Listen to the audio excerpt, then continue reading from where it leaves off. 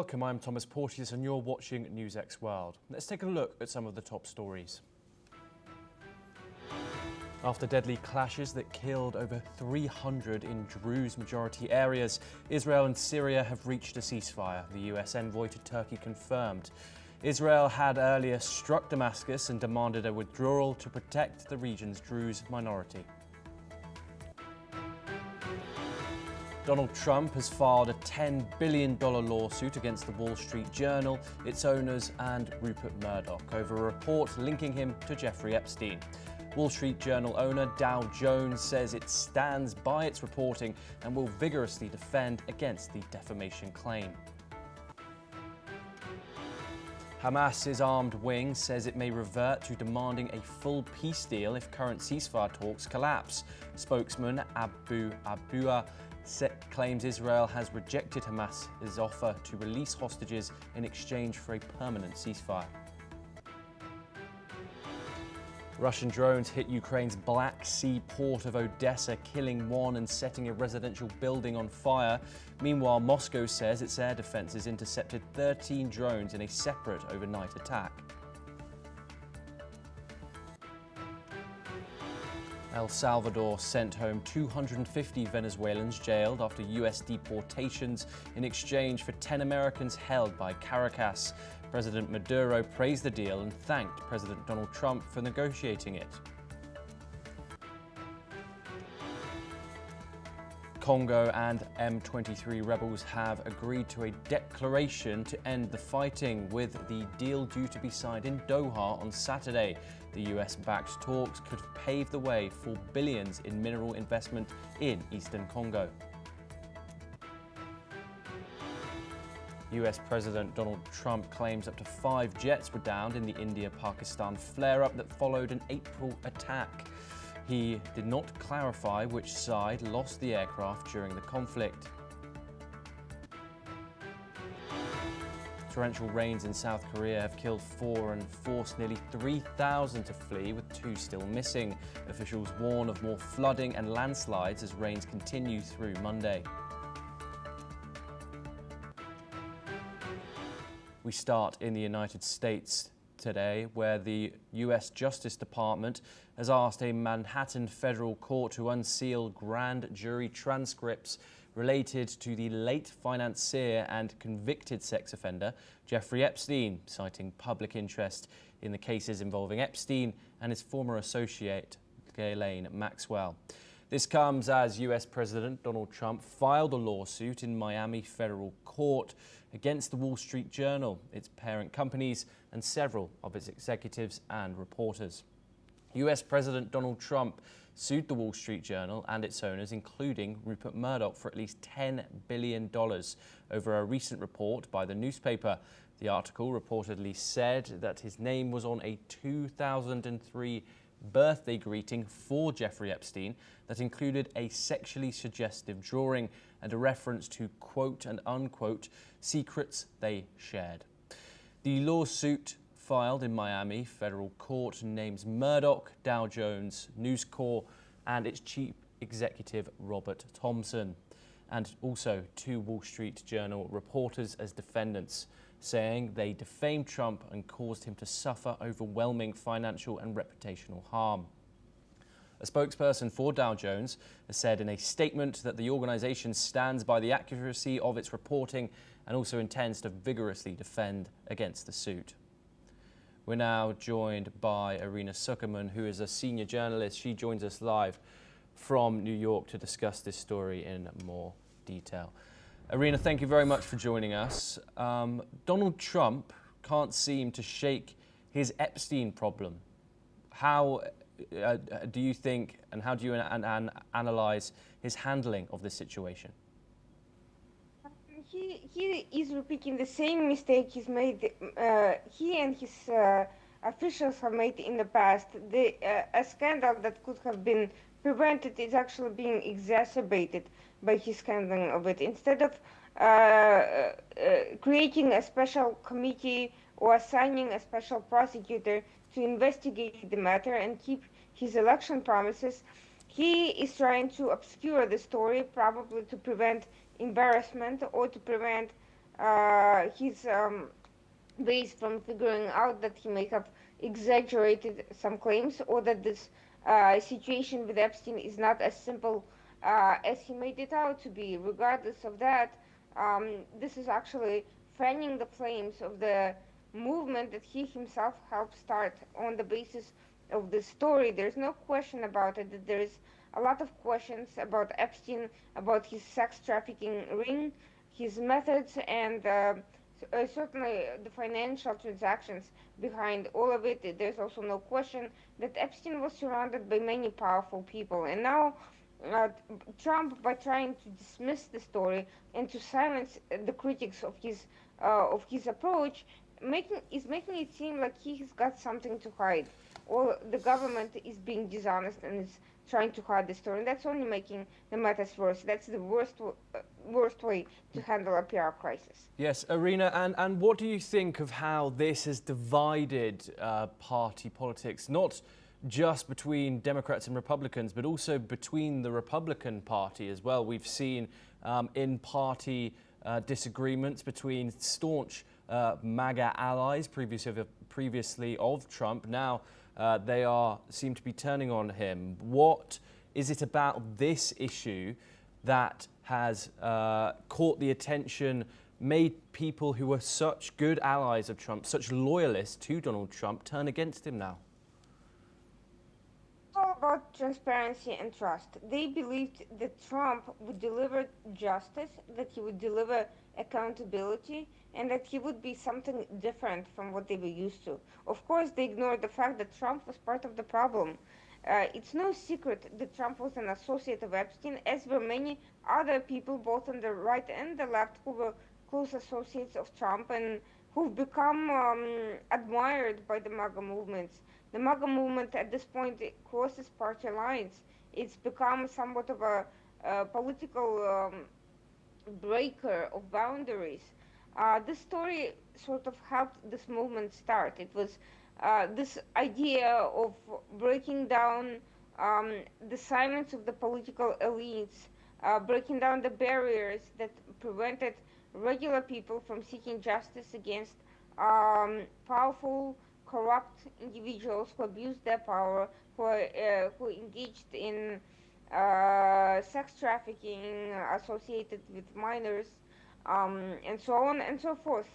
So the optics were always there. Trump blamed it on his political opponents for allegedly silencing the story, but of course, when he got to power, he did a complete 180, as he has done with other promises. This one has the higher stakes because it comes down to issues of basic decency and also issues of a story that he helped stoke for many years. The story that put the blame for this sort of abuse of power, for this sort of hidden cabals of powerful individuals on the traditional political elites. He was, of course, always part of them, but he presented himself as an outsider. Now he's acting just like anyone else before him. He's acting like a typical Washington insider. Irina, Donald Trump's relationship with the media is an interesting one.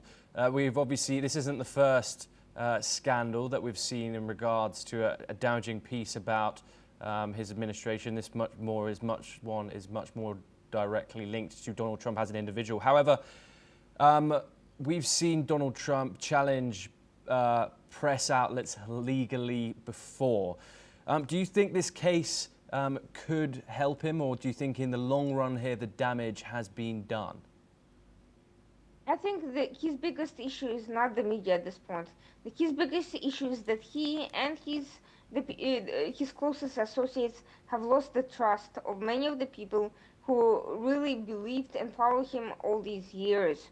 And I think trying to intimidate his critics, be they the media or members of the MAGA movement, is not going to help him in the long run. As you mentioned, it's going to split the movement, make it easier for other factions to challenge him and his authority. In the past, media has gone along with his intimidation tactics. CBS, for instance, gave him a huge settlement I'm not sure that's going to work anymore. In the particular case, he's asking for a completely absurd $10 billion price for alleged libel when the stories that came out have actually not made any allegations against him. They only presented embarrassing and actually non-criminal facts.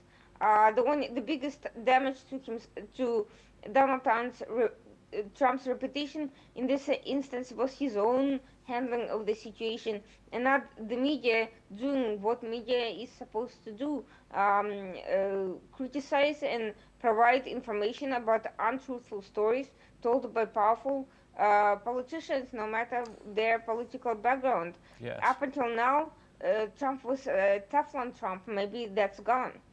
Irina Sukerman, thank you very much for joining us. Pleasure having you on the programme.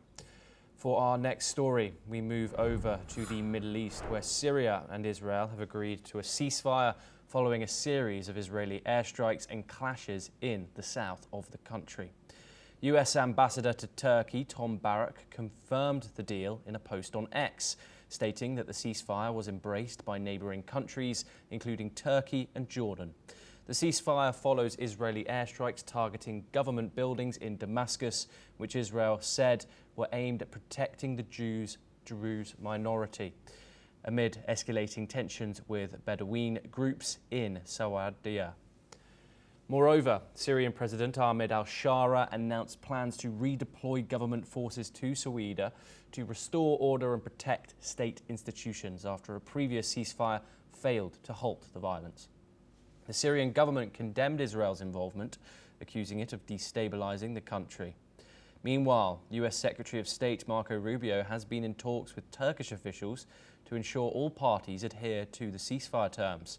Former Israeli military intelligence chief Amos Yadlin expressed cautious optimism, noting that the involvement of regional powers like Turkey and Jordan could aid in stabilizing the situation. However, he emphasized that the ceasefire's success will depend on halting hostilities on the ground. We're now joined by Shruti Dasgupta, who's an international affairs expert. She joins us live from New Delhi. Shruti, thank you very much for joining us on the program, as always. What factors do you believe were the most critical here in securing this ceasefire brokered by the US between Israel and Syria? Greetings, Thomas. Thank you for inviting me. Pleasure. US plays a very important role in ensuring that the HTS, which is now the military force under al-Shara, acts according to the wills and wishes of US allies, which is Israel. Although we know that it is being, I've stated it before, it's called that the Bedouin tribes are attacking the Druze in the southern part of Syria, Ubaida in particular, and Dara. And we understand that both Bedouin tribes are assisted by the HTS and the Syrian military. In this, the government officials are just as complicit. So when there is a ceasefire called by Trump, we need to understand that the HTS head, al-Shara, also known as al-Julani, who is a former al-Qaeda terrorist and who had a bounty on his month after January, he has been placed there by Trump and his administration to help their ambitions, the US ambitions in the Middle East. And so when Trump says there's going to be a ceasefire, the HTS and al-Shara will listen. But whether it actually goes into action or not, I do not know, because we still continue to hear of news of killings and shootouts, as well as human rights atrocities that are continuing despite the calling of the ceasefire. So it's a difficult situation. The Druze are under attack. They are less than 1 million in the world, and it is not something that is looking good for al-Shara and his regime. Yes, indeed. Shruti, how would you analyse the importance of international players here? We have a few coming into the scope, including the United States, who brokered this peace deal, who have also lifted sanctions and have openly supported the new Syria regime in a direct meeting with Donald Trump. We've also got Turkey, who have many interests in the region, who have voiced their support and condemned Israeli strikes previously in Damascus. How do you see these players reacting if fighting were to flare up again? So Turkey is a NATO member, and so it is. It speaks the language that US likes it to speak as of now, at least in terms of these particular issues. So when it is warning Israel that it is not liking its actions, military actions in the southern part of Syria, it is also securing the US's point of view that Israel should not militarily be involved in other nations anymore. Trump on its own, he has his own agenda, personal as well as political, and part of that is to maintain a bromance with Netanyahu that is sometimes hot, sometimes cold. So although he restarted the supply of arms, the 20,000-pound bombs and aid and all of it and military support to Israel during its Iran adventures, he also lifted sanctions on Syria, and he implanted a hardliner Islamist regime in the form of al-Sharia in Syria. So he's playing the hot and cold war, which is no longer just in the interest of Israel, but also in the interest of US and what it wants to accomplish in the Arab region itself. So if Israel decides to make it a little more combative, then US will have its own say in it, and whether it will support it or not and how it goes down might turn a little bit more ugly than Netanyahu is willing to face right now in its current political hot environment in Arab region itself. So there are other players in play, but most of it is guided by what US is saying and what it wants in the region. Yes, Shruti Dasgupta, thank you very much. You are staying with us to discuss further updates. However, for our next story, we move to South America, where Brazil's Supreme Court issued search warrants and restraining orders against Bolsonaro, banning him from contacting foreign officials over allegations he had courted the interference of Trump. Federal police raided Bolsonaro's home and put him in an ankle monitor. He was also banned from using social media, approaching embassies, and from contacting key allies, including his son Eduardo, a Brazilian congressman who has been lobbying in Washington to help his father. In an interview, Bolsonaro called Supreme Court Justice Alexandre de Moraes a dictator and described the latest court orders as acts of cowardice aimed at the former president's supreme humiliation. Bolsonaro also denied having plans to leave. Meanwhile, even after Brazil's Supreme Court barred him on Friday from contact with foreign officials, the ex-president insisted that he wants to meet with US President Donald Trump. Trump has slapped a 50% tariff on Brazilian goods last week and demanded an end to Bolsonaro's trial for trying to overturn the last election. He even cast himself as the man to renegotiate US tariffs, curb Chinese influence and beat back leftists in Brazil. Let's in fact listen in to his statements. Surpresa, mas a gente espera tudo, né? Tudo pode acontecer com esse ministro Alexandre de Moraes. Então, em cima desse inquérito que o Eduardo está respondendo há 2 meses, essa busca e apreensão. Eu estou, então, segundo Alexandre de Moraes, incluído no plano criminoso do Eduardo, que atenta contra a instituição brasileira, passaporte, pediria uma audiência para o presidente Donald Trump, pediria, tá? E ele concedendo ia conversar sobre questões do Brasil. Meanwhile, the United States will revoke visas from other 7 justices of the Brazilian Supreme Court, in addition to Judge Alexandre de Moraes. US Secretary of State Marco Rubio announced earlier the immediate visa revocations from Morales and his allies on the court, as well as their immediate family members, citing court orders against former Brazilian President Jair Bolsonaro. We're now joined by Ambassador Suresh Goel, who's a former diplomat. He joins us live from New Delhi. Ambassador Goel, thank you very much for joining us on the programme. What does this situation say about the current state of Brazilian politics, and also the fact that Donald Trump has been cited so many times in regards to an ongoing civil legal dispute there? I think what is happening now in Brazil is pretty much the contest between Bolsonaro and Lula. And it is not new. It has been there for the last several years. They have contested against each other before also. Lula has been president before. And there are camps in Brazil which are both against each other. And this is going to go on. But uh, clearly, Bolsonaro has been a supporter of the USA. And for some reason, I think Trump does feel an obligation to support him and protect him from what he sees as a Brazilian kind of retribution, crusade, whatever you want to call it. And Trump, I find, he all said and done, even if he is very volatile and he is very transactional, he Ambassador, is also a strong. Yes. Ambassador Gul, can I just rephrase something? How unprecedented is it for Donald Trump to slap 50% tariffs on a country in regards for their leader, who's no longer in power, who was voted out of power, who they're going to now base their trade policy around?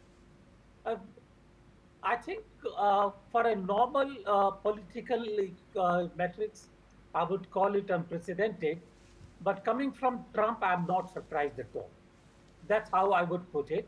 Trump has imposed duties or has threatened to impose duties on BRICS member countries, including Brazil, has threatened to impose duty of 50% on Brazil. But therefore, I'm not at all surprised about this action of Trump. But what I can see happening now really is a strong alienation even within Brazil against Trump, really. And that is not at all does not portend well, because particularly Brazil is an important partner in Latin America for the North Americans. Canada, USA, both of them really, important player on the multilateral front, important partner of the regional security, NAFTA, etc. And therefore, I would say that what is happening is not surprising, but rather worrying. Yes, indeed. Ambassador Goel, thank you very much. You are staying with us to discuss further updates. We once again return to the Middle East, where US President Donald Trump announced on Friday that 10 more hostages held in Gaza would be released, quote, very shortly, as part of ongoing efforts to secure a ceasefire between Israel and Hamas. Speaking during a dinner with Republican senators at the White House, Trump expressed confidence that the remaining hostages would soon be freed, adding that efforts to complete the process would be expedited. The ceasefire proposal under the current negotiations involves the return of 10 hostages and the remains of 18 others. In exchange, Israel would release an unspecified number of Palestinians detained in Israeli prisons. Trump praised his Middle East envoy, Steve Witkoff, for his pivotal role in facilitating these discussions. Here is what the US President Donald Trump had to say. Gaza, we got most of the hostages back. We're going to have another 10 coming very shortly, and we hope to have that finished pretty quickly. And Steve Witkoff has been fantastic. He's done a great job in that. He's a very good man, good deal maker. I said, I need a good deal maker with a good personality, and there aren't too many of them, but Steve is, and he's done a great job. In addition to the hostage release, Axios reported that Mossad director David Barnier visited Washington earlier this week, hoping to gain US support for Israel's efforts to relocate Palestinian refugees from Gaza. Barnier discussed potential resettlement options, including Ethiopia, Indonesia and Libya, with US officials. Trump had also previously signaled a 60-day ceasefire deal between Israel and Hamas, claiming on July the 1st that Israel had agreed to the necessary conditions for the ceasefire. We're once again joined by Shruti Dasgupta to discuss this in further detail. Shruti, we've got some statements there from Donald Trump, but obviously, as we know, we have to take them with a pinch of salt. We have also had some reports today from a Hamas official to say that this truce, there's not much optimism here in the talks, and that they are going to demand a full peace deal if demands collapse. The key issues here is this this demand of a full and unconditional peace deal. Israel want the right to resume war if they choose to. What are your thoughts on the president's statements? And obviously, if you can go into some of the issues that negotiators will be facing at this current point in these talks. Thomas, as we've discussed earlier as well, predicting what Donald Trump is saying and what's actually happening on ground is a very, very difficult position to put any analyst in. What Donald Trump says is probably what he wants to achieve or what he wants the world to believe. So he wants to say that the peace deal is very close, but the hard line of Israel in this is that hostages in and Hamas out. These are the four words that can kind of encapsulate the entire agenda of Israel during the entire peace talk that is happening in Qatar. So this is what they want. And Hamas has, of course, placed its own demands where they want complete demilitarization of zones that were occupied in various Operation Chariots, was it called? That yes, they Gideon had Gideon Chariots. So during that, they've occupied large parts of Gaza, and they want those territories to be demilitarized of IDF. They do not want Israel's interference in Gaza. And even though they want to hand over the hostages, they want to do it by small sections, so they continue to hold political currency, which is not acceptable to the Israeli politicians, whether they are in power or in opposition. They want complete transfer of hostages, and Hamas doesn't want it to go through. Hamas wants it bit by bit. So what Trump's statement now says that probably a first bit might be likely, but not very hopefully so, because Hamas on its own wants that Israel will move out of Gaza completely, which is not happening. What the US has accomplished is that Israel had submitted maps where they had something called the Murad Corridor, which is in the southern parts of the Gaza cities, and Rafah and Khan Younis would be like disconnected from the other parts, from the northern parts. So that Murad Corridor part is no longer demand that IDF is placing in front of Hamas. And that has something which has Witkoff's pressure behind it, and that is an achievement which Donald Trump would probably be referring to in his statements.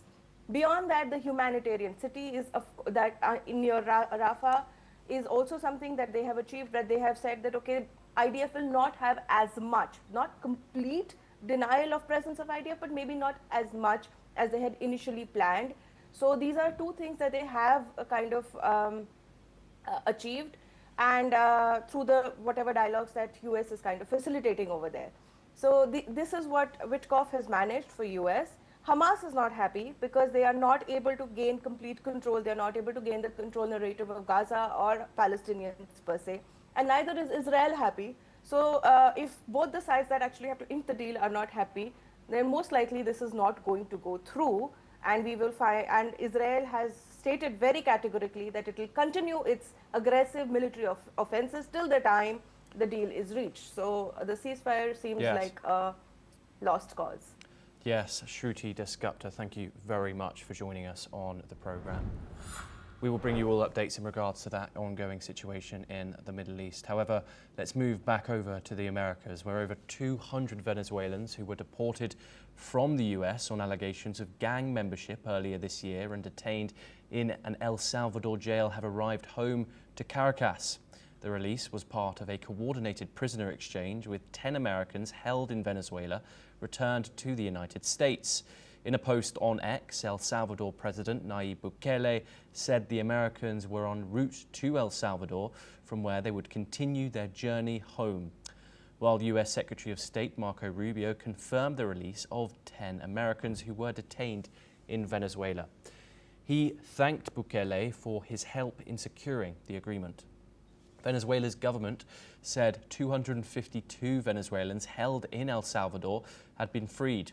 The deportations drew fierce criticism from human rights groups and a legal battle with the Trump administration over allegations that due process were not followed. Family members of many of the Venezuelans and their lawyers deny they had gang ties and said that they were not given a chance to contest the Trump administration's allegations in court. We're now once again joined by Ambassador Suresh Goel to discuss this further. Ambassador Goel, what's your analysis on this situation. We've seen Donald Trump facilitate the return of 10 Americans from Venezuela. However, further allegations of human rights violations towards the Trump administration against immigrants. What is your analysis on this situation?